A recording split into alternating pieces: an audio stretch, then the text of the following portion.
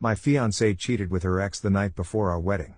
When I confronted her at the venue, she screamed, "You'll never find anyone like me." I made one mistake: you're throwing away our perfect love. I looked her dead in the eye and replied, "That's the point." Her maid of honor was standing right there in shock. I didn't just cancel the wedding, I asked her out immediately. 6 months later, we got married at the exact same venue. When our wedding photos went viral, my ex lost it completely. Now she's sobbing through voicemails, "We're soulmates. Screw her and come back to me, she'll never love you like I do." You know that feeling when your whole world crumbles in a single moment? Yeah, well, buckle up because mine didn't just crumble, it got obliterated and then rebuilt into something absolutely beautiful. But let me start from the beginning, because trust me, you're going to want to hear every single detail of this wild ride.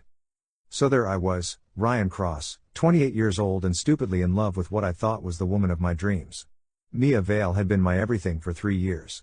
We'd met at a coffee shop, cliché, I know, but she had this laugh that could light up a room and eyes that made me forget my own name. Within 6 months, I was completely gone for her. Within 2 years, I was down on one knee with a ring that cost me 3 months' salary. The wedding was set for September 15th at Willowbrook Manor, this gorgeous venue with ivy-covered walls and gardens that looked like something out of a fairy tale. Everything was perfect. The flowers were ordered, the cake was designed, the photographer was booked. Mia had spent months obsessing over every detail, and honestly, I was just happy to be marrying her. But here's the thing about perfect facades, they have a nasty habit of cracking when you least expect it. The night before our wedding, I couldn't sleep. Wedding jitters, you know? So I decided to surprise Mia with some late-night comfort food from that little diner she loved. Sweet gesture, right?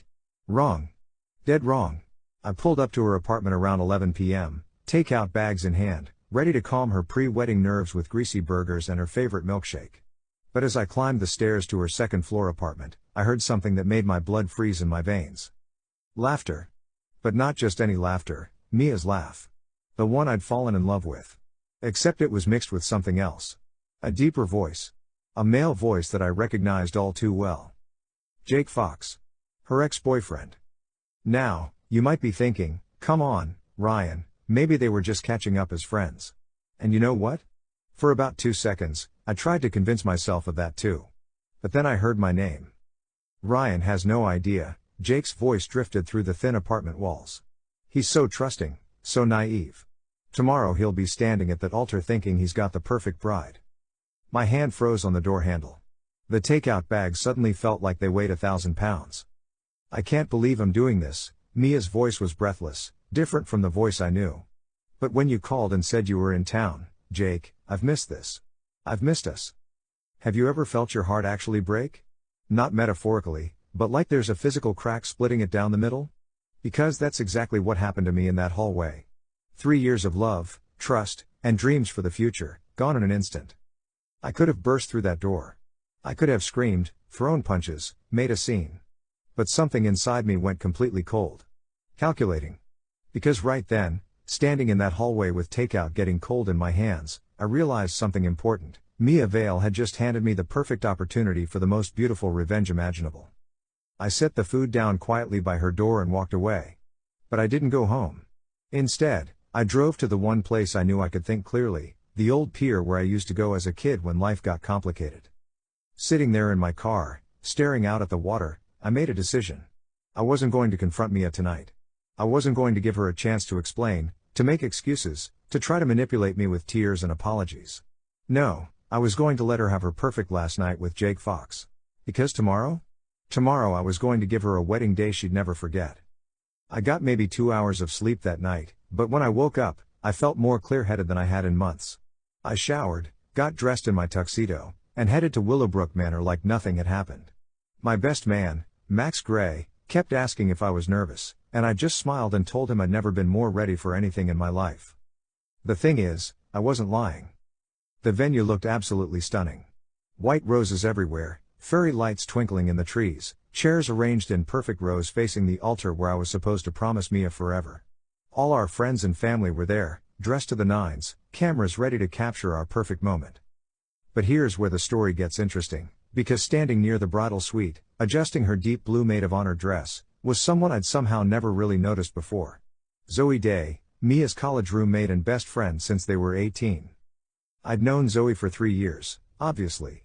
She'd been at every birthday party, every holiday gathering, every double date Mia had dragged her on. But I'd always seen her as just Mia's friend, you know? Nice enough, smart, funny in a quiet way, but never really on my radar because I was so completely focused on Mia. But standing there that morning, watching her fuss with the flower arrangements and coordinate with the photographer, I noticed things I'd somehow missed. Like how she had these incredible green eyes that seemed to see everything. How she moved with this confident grace that was completely natural, not performed like Mia's calculated charm.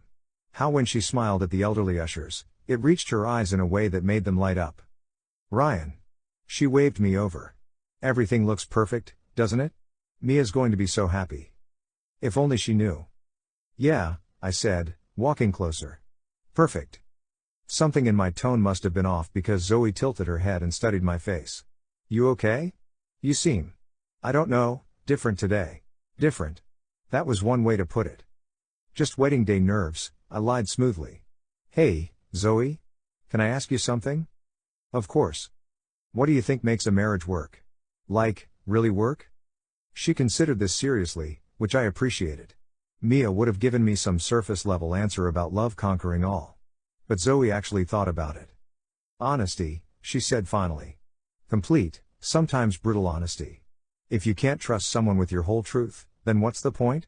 You'd just be living with a stranger who happens to share your last name. Honesty. If she only knew how perfect her answer was. The ceremony was set to start at 4 p.m. At 3:30, I watched Mia's bridal party disappear into the suite for final touch-ups. At 3:45, the music started and guests began taking their seats. At 3:50, Max clapped me on the shoulder and asked if I was ready. More than ready, I told him. But I wasn't heading to the altar. Instead, I walked straight to the bridal suite and knocked on the door. Just a minute. Someone called from inside. It's Ryan, I said loudly enough for everyone to hear. I need to speak with Mia. Now. There was a flurry of whispered conversation before the door opened. Zoe appeared, looking concerned. Ryan, you know you're not supposed to see her before the ceremony. It's bad luck. I almost laughed. Bad luck? Honey, that ship had already sailed. I think we're past worrying about luck, I said. Mia, come out here. We need to talk. More whispered conversation, then Mia appeared in the doorway in her wedding dress.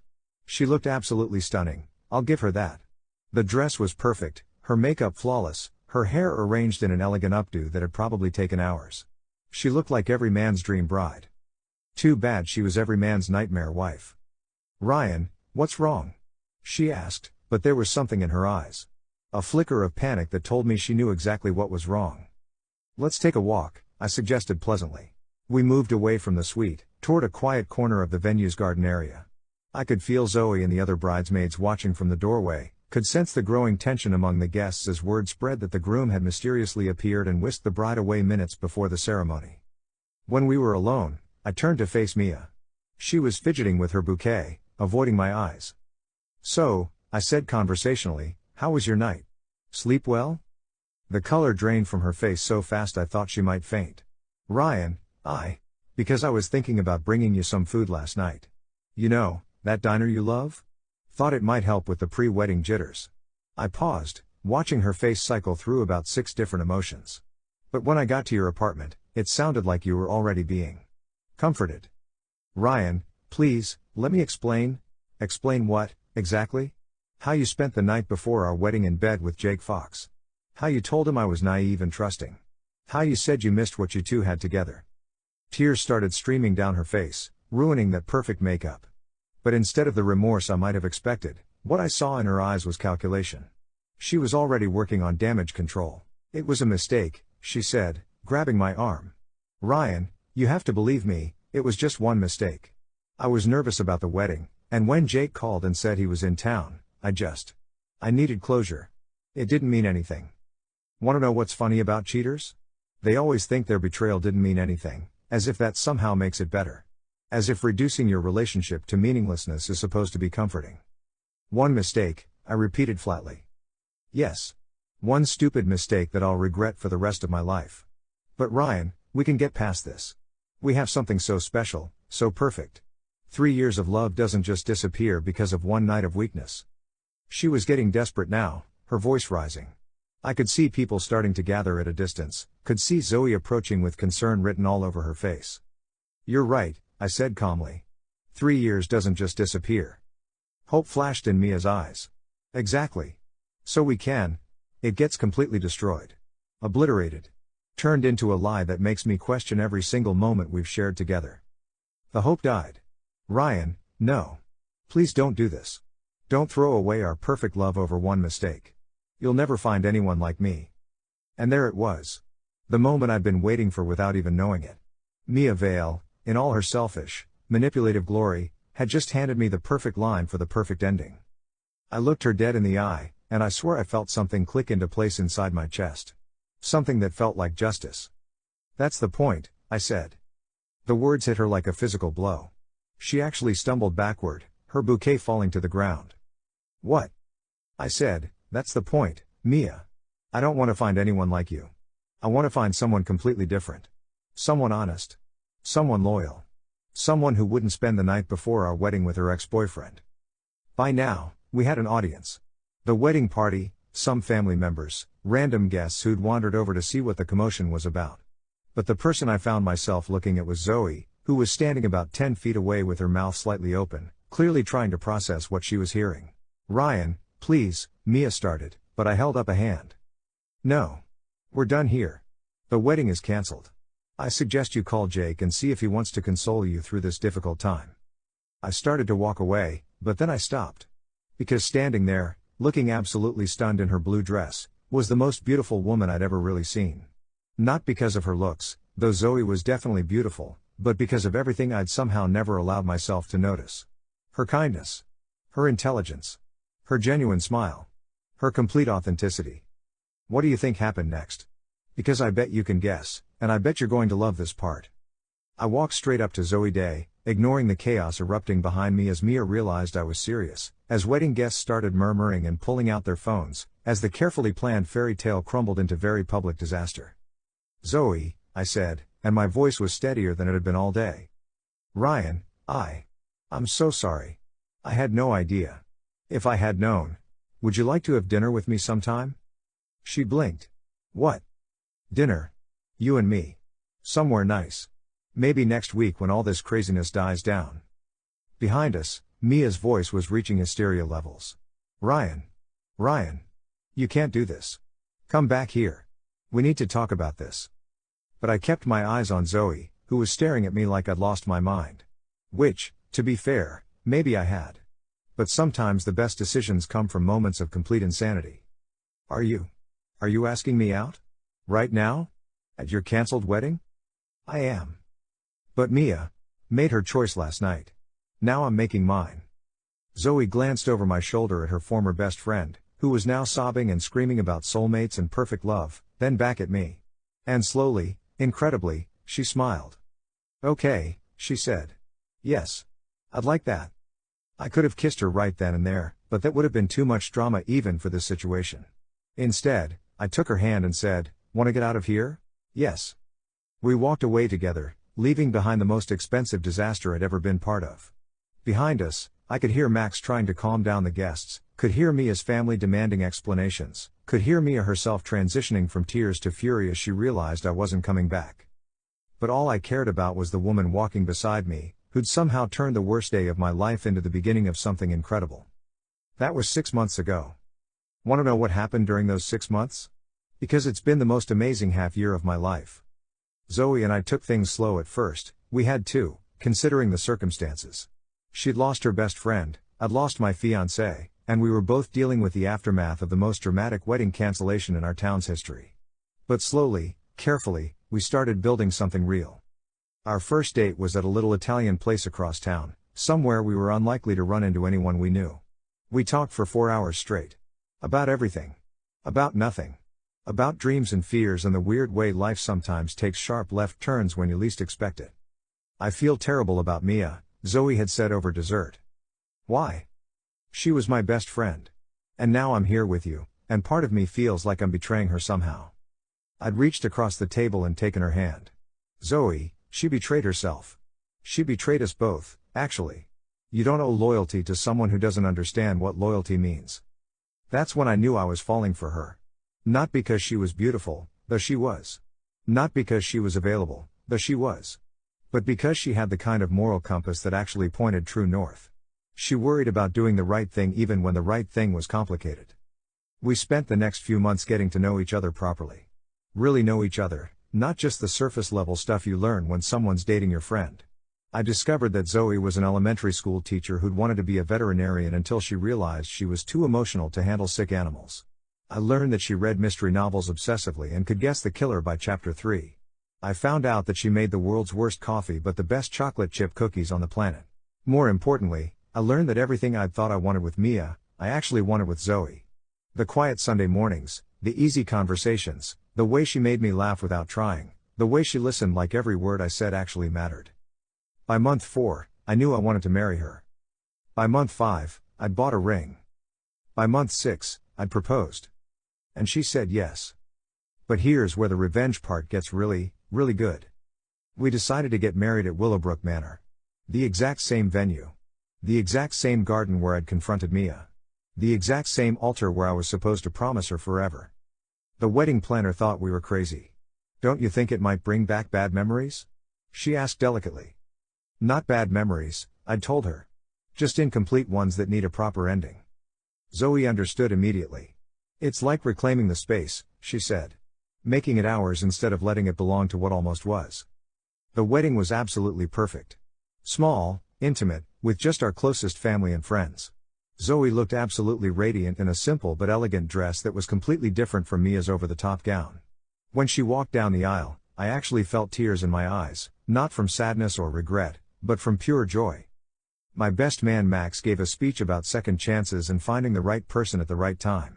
Zoe's sister talked about how she'd never seen Zoe happier. The photographer captured everything beautifully. But the best part? The photographer also happened to be something of a social media genius. When she posted a few of our wedding photos on her business Instagram, they went absolutely viral. I'm talking millions of views, thousands of shares, news outlets picking up the story. Man marries maid of honor at same venue where his fiancé cheated became the headline that launched 1,000 internet discussions about justice, second chances, and finding love in unexpected places. The photos were gorgeous, but what really captured people's attention was the story. And somehow, I still don't know exactly how, the whole dramatic tale got out there. The cheating, the confrontation, the cancelled wedding, the immediate asking out of the maid of honor, the fairy tale ending at the same venue 6 months later. We became internet famous overnight. The comments were incredible. This is the most beautiful revenge story I've ever heard. She really thought he'd never find anyone like her. Plot twist, he found someone better. The maid of honor glow up is everything. Imagine being the ex and seeing these photos everywhere. Which brings me to the current situation. 3 days ago, my phone started ringing. Unknown number, which I usually ignore, but something made me answer. Ryan? Ryan, it's me. It's Mia. I almost hung up immediately, but curiosity got the better of me. What do you want, Mia? I saw the photos. Her voice was thick with tears. I saw the story. Everyone's talking about it. Everyone's sharing it. Do you have any idea what this is doing to me? Honestly? I hadn't really thought about it. Which was true. Zoe and I had been too busy enjoying our honeymoon and dealing with the crazy response to our story to think much about how Mia might be handling it. Ryan, we're soulmates. You know we are. What we had was real, it was perfect, it was. It was over the moment you brought Jake Fox into your bed the night before our wedding. One mistake. I made one stupid mistake and you've turned it into this whole revenge fantasy. Screw her, Ryan. Screw Zoe. She'll never love you like I do. She's just a rebound, a way to get back at me. Come back to me. We can start over. We can. I hung up. But she didn't stop there. Oh no, Mia Vale was just getting started. Since that first call, she's left 17 voicemails. 17. Each one more desperate than the last, cycling through every emotion in the book. Anger, how dare you humiliate me like this? Bargaining, I'll do anything to make this right. Manipulation, you're destroying both our lives over nothing. Self-pity, I can't eat, I can't sleep, I can't function without you. The latest one came this morning, and honestly, it's so unhinged that I almost felt sorry for her. Almost. Ryan, please. Please call me back. I know you still love me. I know what we had was real. You can't just replace 3 years of perfect love with some rebound relationship. Zoe is nothing compared to what we had. She's settling for your leftovers, and you're settling for someone who'll never understand you the way I do. We're meant to be together. We're soulmates. The universe is telling us to find our way back to each other. Please, just call me. Just talk to me. Just give us one more chance to have our perfect love story. Perfect love story. That's what she keeps calling it. As if love stories that include cheating the night before your wedding could ever be considered perfect. But you know what really gets me? She genuinely seems to believe that what we had was better than what I have now. She honestly thinks that a relationship built on lies and betrayal was somehow superior to what Zoe and I have built together. Because here's the thing about my marriage to Zoe that Mia will never understand: it's not perfect, and that's exactly what makes it perfect. Zoe and I don't pretend to be something we're not. When she's in a bad mood, she tells me. When I'm stressed about work, I don't hide it. When we disagree about something, we talk it through instead of pretending it doesn't matter. When one of us screws up, we apologize and figure out how to do better. It's honest. It's real. It's built on trust and respect and the kind of love that doesn't require drama to prove it exists. Mia's version of love was all performance. Grand gestures and passionate declarations and fairy tale moments that looked beautiful from the outside but were hollow at the center. She loved the idea of being in love more than she actually loved me. Zoe loves me. The real me.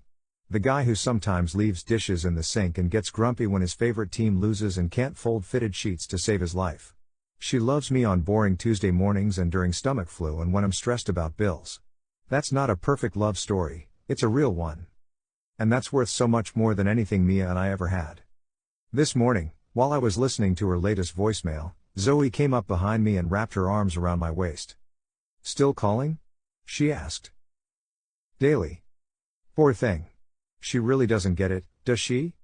I turned in her arms and looked at my wife, I love saying that, and marveled again at how lucky I was that Mia's betrayal had led me straight to the person I was actually meant to be with. "No," I said. "She really doesn't." Should we feel bad for her? I considered this seriously, because Zoe's compassion is one of the things I love most about her. She can find empathy for almost anyone, even people who've hurt her.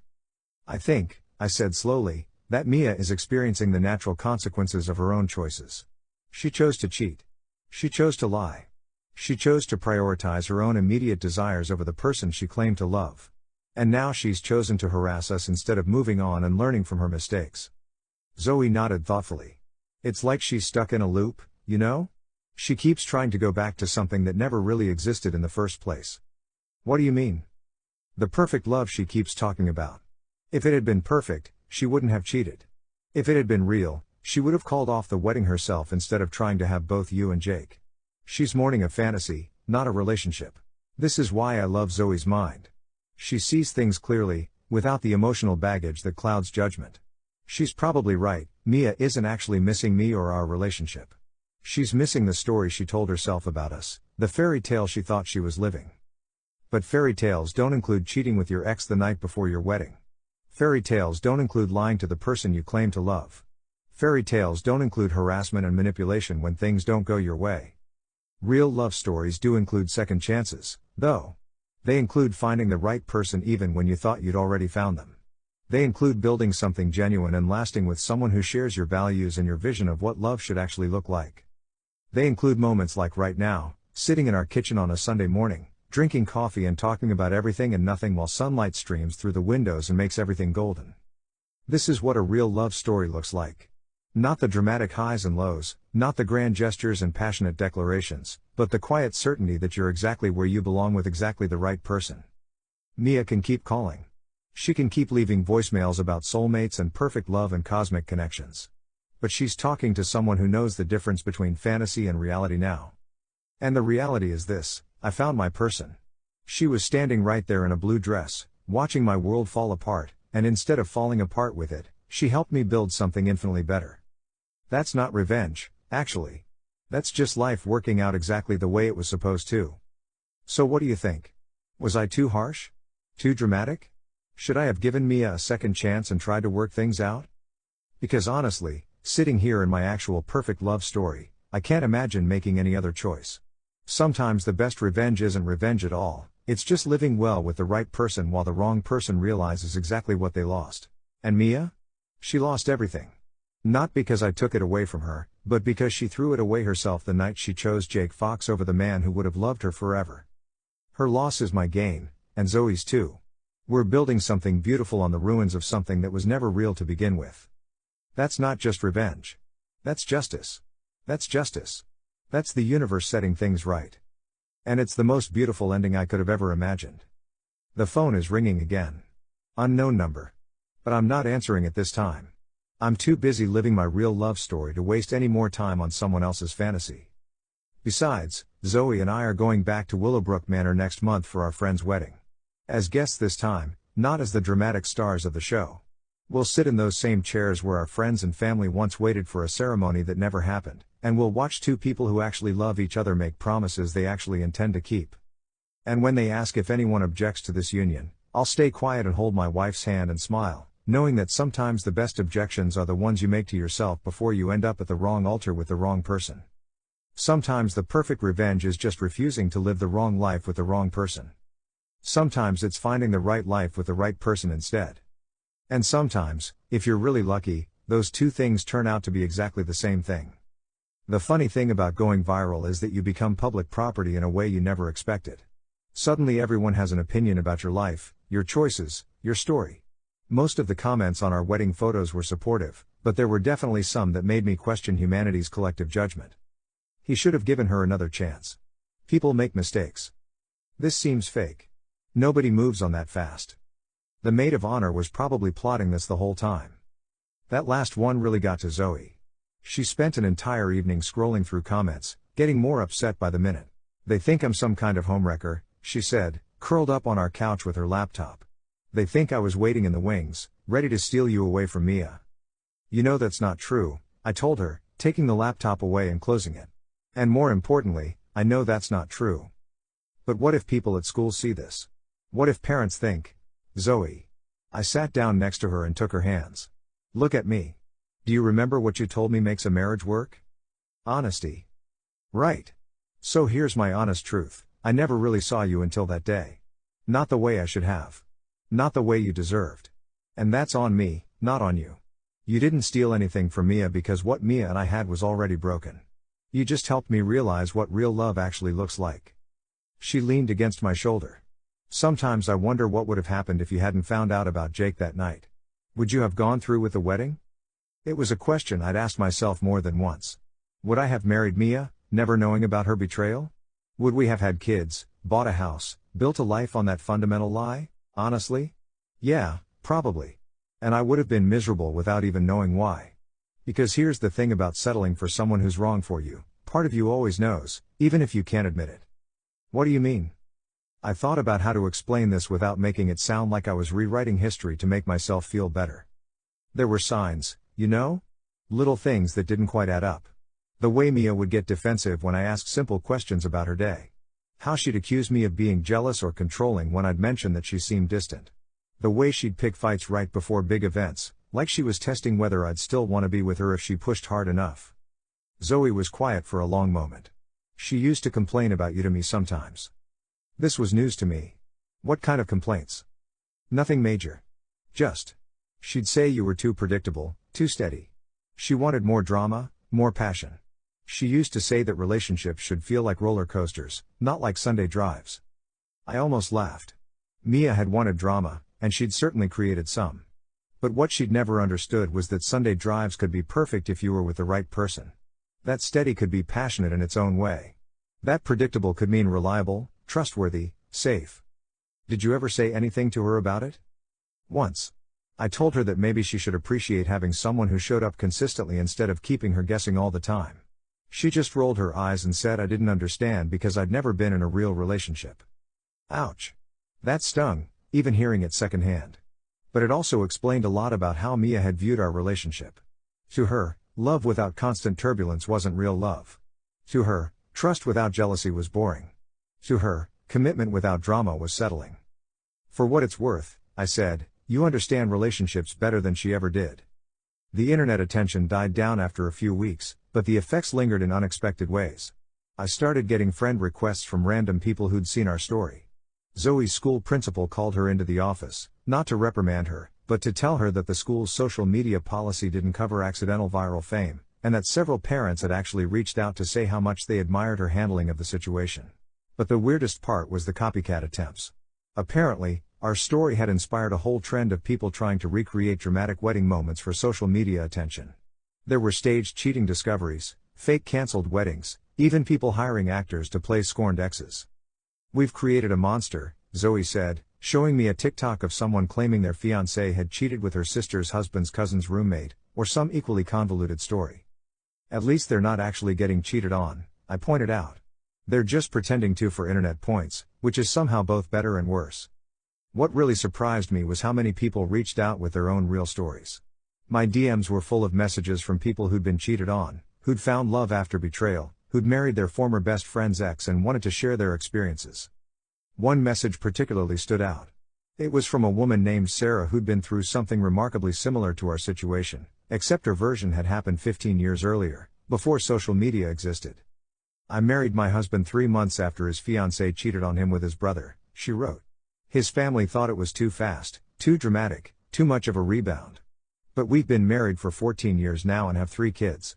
Sometimes the universe puts you exactly where you need to be, even if the path there is messy. Congratulations on finding each other." Messages like that made all the internet nonsense worth it. Because for every troll comment about how we'd moved too fast or how the whole thing seemed fake, there was someone sharing their own story of unexpected love, second chances, or finding happiness after betrayal. But you want to know what the real turning point was? The moment when I knew for absolute certain that marrying Zoe was the best decision I'd ever made? It happened about 2 months after our wedding, during what should have been a completely ordinary Tuesday evening. Zoe was grading papers at the kitchen table while I made dinner, and my phone buzzed with yet another voicemail from Mia. By this point, I'd stopped listening to them entirely. I'd just deleted them as soon as I saw her number. But this time, Zoe looked up from her work and said, "You know what?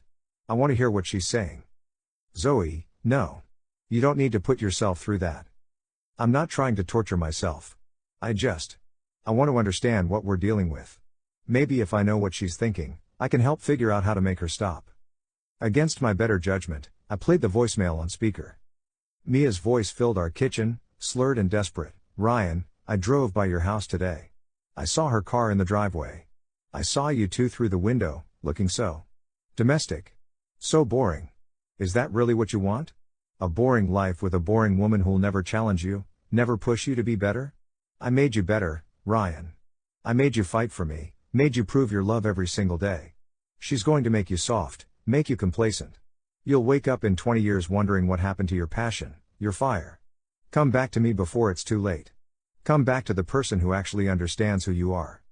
When it ended, we sat in silence for a moment. Then Zoe started laughing. Not bitter laughter, not angry laughter, but genuine, amused laughter. "Oh my," she said, wiping tears from her eyes. "She thinks this is boring? She thinks what we have is boring? Zoe, no, this is hilarious. She's literally describing everything that's wrong with her perspective on relationships. She thinks love means fighting constantly, proving yourself over and over, never feeling secure. She thinks drama equals passion and stability equals death."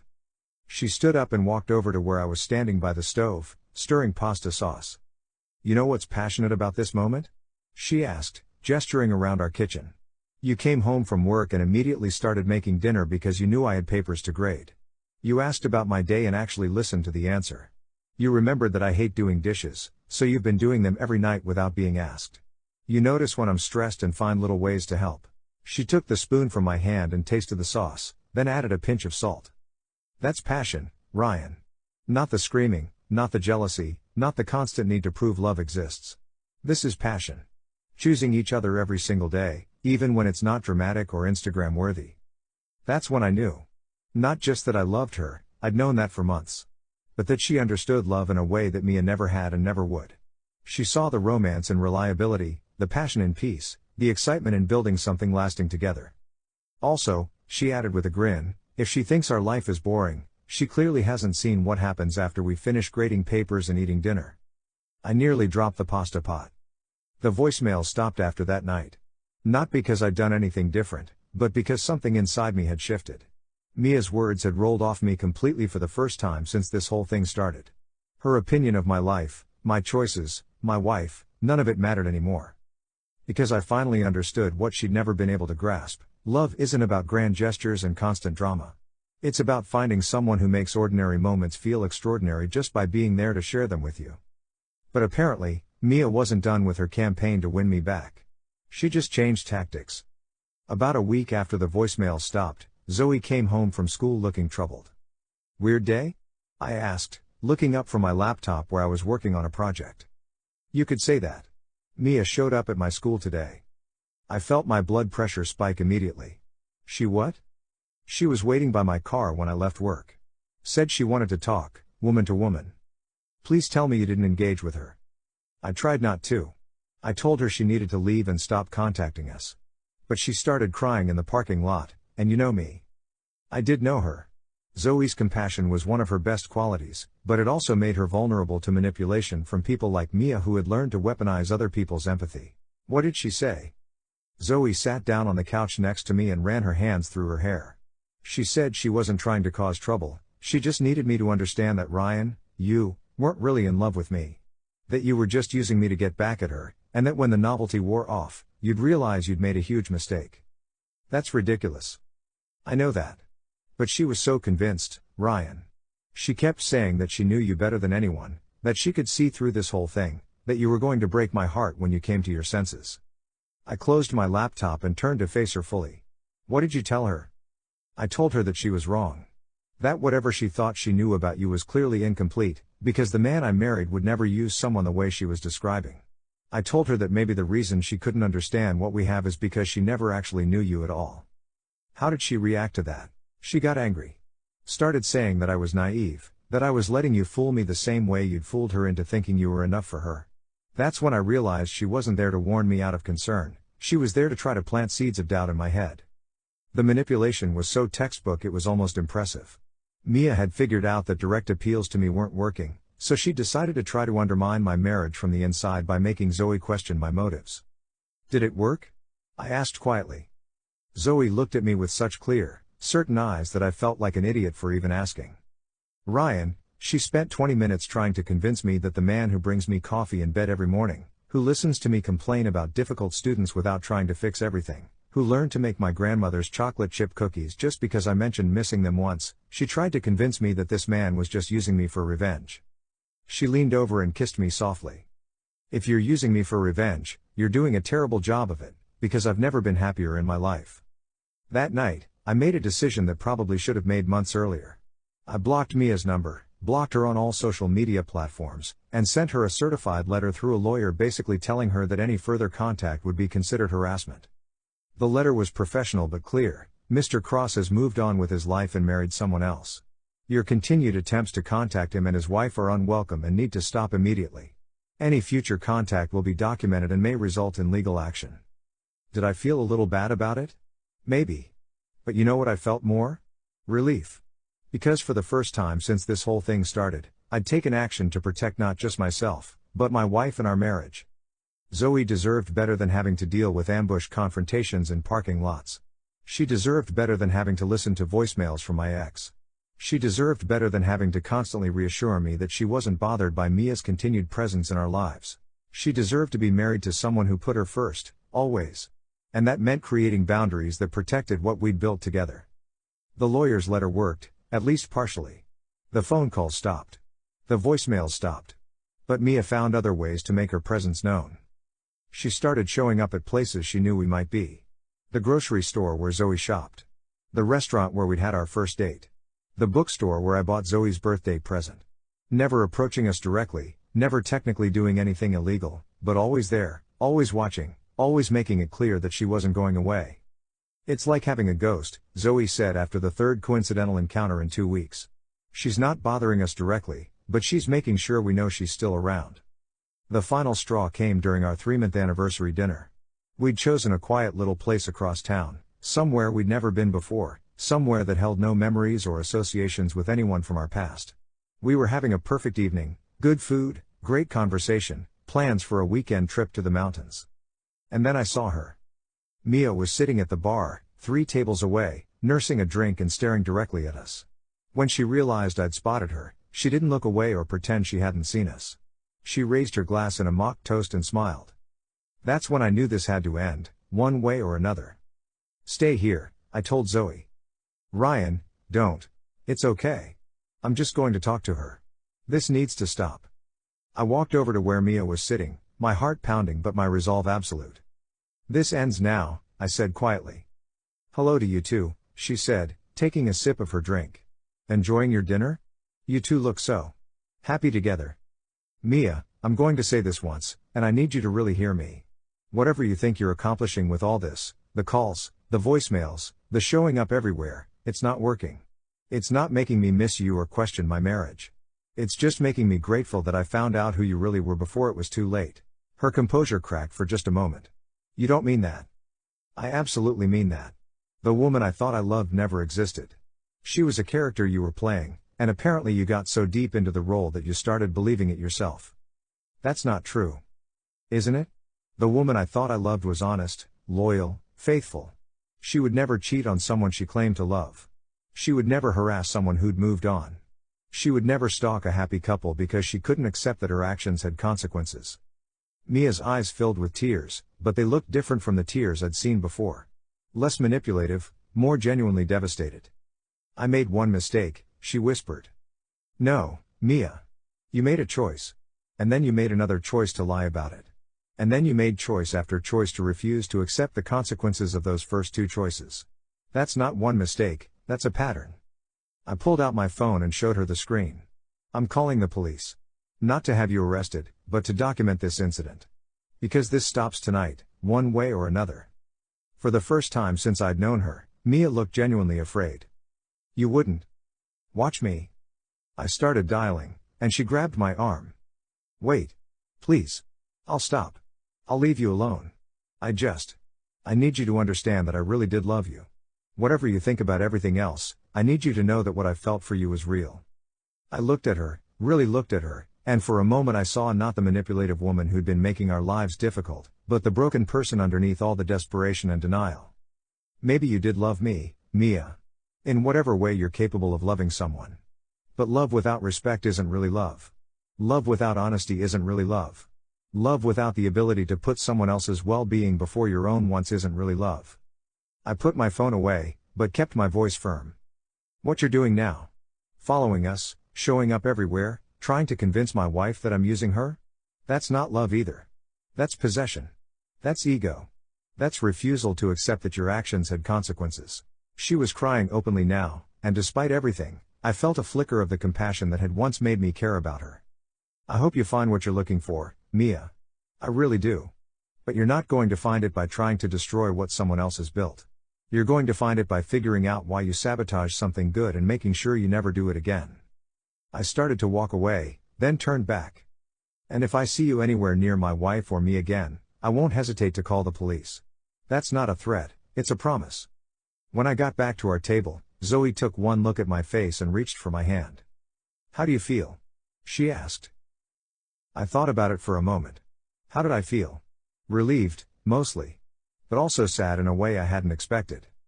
Like I finally closed a chapter that should have ended months ago, I said. Think she'll actually leave us alone now? Yeah, I think she will. I think she finally realized that this isn't some romantic comedy where persistence wins the day. This is real life, where actions have consequences and some bridges can't be rebuilt once you've burned them. We finished our dinner in peace, and for the first time in months, I felt like we were truly free to move forward without looking over our shoulders. Mia kept her word. We never saw her again, never heard from her again, never had to deal with another voicemail or parking lot confrontation or coincidental encounter at restaurants. But the experience changed both of us in ways I'm still discovering. It made our marriage stronger, but it also made us more aware of how precious and fragile good relationships really are. Do you think she'll be okay? Zoe asked me one night, months later. Eventually, maybe. If she gets help. If she learns from this. If she figures out how to take responsibility for her choices instead of blaming everyone else for the consequences. Do you ever wonder what would have happened if she hadn't cheated? If you'd gone through with the wedding? It was a question that used to keep me awake at night, but now I could answer it without hesitation. We would have been miserable. Maybe not right away, but eventually. Because the problems in our relationship weren't just about Jake Fox. They were about fundamental differences in how we understood love, trust, commitment, honesty. The cheating was just the symptom, not the disease. And us? We would have missed each other completely. I would have been married to the wrong person, you would have probably moved away eventually to get distance from the situation, and we never would have discovered what we could be together. I pulled her closer to me on the couch where we were watching a movie. In a weird way, I'm almost grateful to Mia for showing me who she really was before it was too late.